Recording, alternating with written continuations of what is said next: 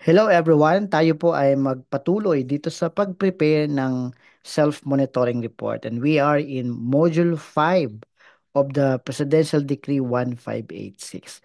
Isang module ng self-monitoring report na very important kasi ito po ay nagpapakita rin ng ating mga activities, compliances sa PD 1586. Especially for those who are ECC holder, kung mayroon tayong Environmental Compliance Certificate, ito ang module na relevant. And of course, yung may mga Certificate of Non-Coverage, hindi naman irrelevant ito, meron pa ring portion na applicable sa atin. So you can prepare your environmental compliance certificate dahil kailangan nyo yan dito sa preparation ng Module 5 ng self-monitoring report. What are the information needed in this module? We have the ambient air quality monitoring result, especially kung sa ating environmental compliance certificate, ni-require tayo ng ambient air monitoring. So, kailangan nating i-comply ang condition niyan sa pagdating sa requirement ng ambient air quality monitoring. Sa ibang banda rin, yung pong mga mayroong permit to operate, may mga kadalasang requirement sa permit to operate APSI na mag-conduct ng ambient air sampling. At dito, ang result nilalagay natin. So yung ating Certificate of Analysis issued by EMB accredited environmental laboratory, yung result na naka-reflect sa result of laboratory analysis. Particularly pagdating sa noise level, carbon monoxide, NOx, particulates, kung ano ang nasa result, ilalagay lang natin dito yan. Samantalang may iba't ibang stations or locations kung saan kumukuha ng ambient air in sample. So we can indicate dito sa unang box yung station. Kung meron tayong multiple station, station 1, station 2, kung ilan po yan, i-indicate lang natin yung number ng station at saka yung pong date kung kailan nag-conduct ng ambient air sampling. At saka syempre yung result ng ating ah, analysis. Kung yung mga value nito na nakasulat sa Certificate of Analysis, i-indicate lamang po dyan. So it's up to the evaluator to determine kung may non-compliance, may exceedance sa standard set by DNR. So kung ilang stations ang kinuhanan ng sample at mayroong result of lab analysis, i-indicate yan dito. Ano po? We can click this button plus icon to add more rows to the table. Ano po? Sunod niyan, meron pa tayo ditong ambient water. Ito naman yung mga nearest water body na kung saan kung ang ating project ay mayroong direct wastewater discharge at doon sa ating environmental compliance certificate nakalagay na sa condition na mag-conduct ng ambient water quality monitoring. So it's up to the EMB kung ilalagay yung condition niyan doon sa environmental compliance certificate. So as a PCO, we just check kung doon sa ating ECC mayroong condition ng ah, sampling of ambient water. Kadalasan may mga project malapit sa ilog, kadalasan may mga project malapit sa coastal water. Kung meron tayo mga condition sa ACC na kailangang magkaroon ng ambient water quality monitoring, gagawin natin yan. So we can just indicate the station, parehas po ito nung nandito sa itaas, anong station, anong date kung kailan nag-conduct ng water sampling at yung result ng laboratory analysis. Pero kung wala po, sa ambient air, sa ambient water na requirement for its sampling and analysis base sa condition, kung wala, we can indicate not applicable, syempre. Ano po? Ang pangatlo, we have the other ECC conditions. Merong mga conditions na naka-indicate sa ating environmental compliance certificate. Mababa na dyan ang 5 condition. So you can check your environmental compliance certificate, general condition, i-indicate natin dito po yan, ano yung mga conditions na nakasulat doon. So, for example, that the proponent shall do the following, that green buffer zones and tree planting shall be established within and along the periphery of the project site to help attenuate noise levels and abate heat and absorb some pollutant emissions. At kung yan yung nakasulat doon sa condition number 1, so ganun din, condition number 1. And then status of compliance, we can say yes or no. Siyempre, we always indicate yes, we comply with all the conditions. Kung ilang conditions yon, lahat natin i-indicate dito and we say yes. Siguro bibihira may maglalagay dyan ng no. When you tick no, dapat meron ka ditong ilalagay na actions taken na kung hindi pa talaga completed yung yung compliance natin at meron pa tayong gagawing aksyon. Ang common dyan, yung mga kondisyon ng pagtatayo ng structure. Hindi naman agad siya natatapos, kaya pwedeng patuluyan, ongoing or continuing compliance. Ano po? So just check your ECC at lahat ng nasa condition doon na nakasulat, indicate dito. We have also the Environmental Management Plan or Program. By the way, dito sa other ECC condition, sa mga CNC holder, you can indicate here yung not applicable. At yung status of compliance ay yes, at yung actions taken ay not applicable pa din. Kasi syempre, wala naman tayong kondisyon na nakasulat sa ating Certificate of Non-Coverage. Same dito sa Environmental Management Plan or Program. If you are CNC holder, you can just indicate NA or not applicable, tick yes sa status of implementation, and then tick right not applicable. Sa mga ECC holder, common naman na may kasamang approved environmental management plan or programs, we can just indicate here. Halimbawa, meron tayong program for air quality management. At halimbawa, meron tayo ditong energy conservation program.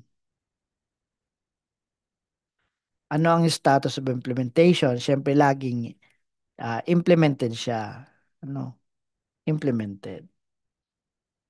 So lahat ng nasa EMP natin, Management Plan, indicate natin dito yon. At kung ano po ang status ng implementation. At sa panghuli, we have the solid waste characterization or information, including brief description of the solid waste management plan. Mag mag ECC holder man or CNC holder, applicable po ito. Dito, nagpapakita dito ng ah, quantity ng waste generation, the volume of waste generation. Kung meron tayong solid waste generation, ano yung volume ng generation, no? So pagka tiningnan mo ang ating mga solid waste, naka-classify sila into three. We have the biodegradable, we have the recyclable, and residual. Ang tanong nga lang dito, ano ang volume ng waste generation per month, and what is the volume of generation per quarter. At yung na-generate na yon, yun din sigurado ang i-collect. So the quantity collected per month at per quarter, expressed in tons. At dito rin ini-indicate kung ano ang entity in charge of collection. Ano po? So mula dyan sa ating mga requirement or condition, i-indicate natin dyan yung mga value of generation. So halimbawa ito sa recyclable, meron tayong na-generate na 0.09 ton per month sa recyclable, at sa biodegradable naman ay 0.18 ton per month average, and then sa residual 0.03. Sa loob ng isang quarter, kung iisipin, ilan po yon yung sa recyclable. May mga nag-actual recording nito base sa weight na na-generate. Meron namang iba na tina-times 3 lamang ito, no? So, yung estimated quantity. Kaya minsan makikita mo naka-times 3 na lang siya. So, yung quantity generated expressed in tons per month saka tons per quarter, mas maganda ma-record talaga actual kung ano ang na-generate. Hindi lang siya ito times 3. So, just representation lang kung ano dapat ma-indicate dito. Yung mga volume na ma-generate, at ito naman yung mga volume na i-collect. So, kung ano yung na-generate most likely sa isang buwan, yun din yung volume na i-collect.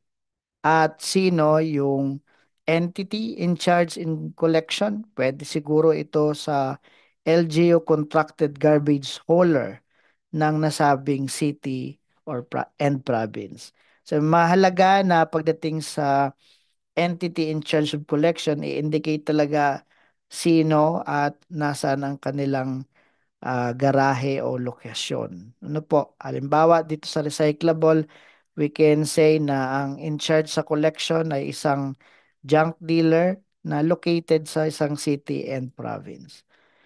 Ano po, sa biodegradable, kung hindi pa rin ang LGU contracted garbage hauler, kung ito ay nag-undergo ng on-site composting, indicate pa din yung city and province.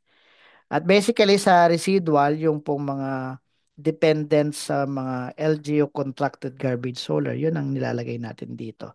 LGU contracted garbage hauler. So after na ma-indicate mo ang mga volume of waste generation, kailangan ngayon na i-indicate mo naman ang iyong brief description of solid waste management plan. Lalong-lalo patungkol sa waste reduction, segregation, or recycling. Ano ba yung mga management plan ng establishment na ito? Pagdating sa reduction, segregation, and recycling. So, nag-iiba-iba na siyempre dyan ang bawat establishment. So, ito ang ating Module 5, at kapag ka na-complete mo yung information ng Module 5, do not forget to click this button, Save Page, para ma-encode yung mga information. And of course, you need to click this export button, no, para ma-download mo yung iyong information, yung module 5 na magiging kasama ng iba pang mga modules in module 1, 2, 3, 4, saka yung module 5 na ito at module 6. Pag na-compile mo siya, yan yung self-monitoring report, at yan naman yung paraan para ma-compile mo. You need to export. At kung kailangang um, i-reproduce talaga, pwede natin yang i-print. Ano po? Pero kailangan talagang i-print kasi in Module 6, magpapa pirma tayo sa ating mga managing head at ipapakita mo siyempre yung content ng iyong report, hindi lang yung Module 6. At magpapanotaryo ka din, kaya kailangan talagang exported mo ito, na export meaning download, ano, meaning download, ma-download at ma-print at syempre pag nagpanotaryo, physical yung ninanotaryohan. Nasa Module 6 po yun. At kumukuha ng kopya syempre ang law office. So napaka-importante din nitong export button kasi diyan nyo, yan ang paraan para ma-download yung in-encode natin. Let's click export. So yan na yon, yan na yung information na nilagay mo. So all you have to do is print this document at pwede na ngang ipakita sa ating managing it. So if na-save na natin yung information sa module 5, so click natin yung save page, papasok na kayo sa ating module 6. At yan na yung huling module ng self-monitoring report. So I hope may natutunan kayo in preparing module 5 ng self-monitoring report pertaining to PD 1586. If you want to know more about preparing self-monitoring report, especially Module 6, sa susunod nating gagawin, please subscribe to this channel. Please also share this video. Please like this video.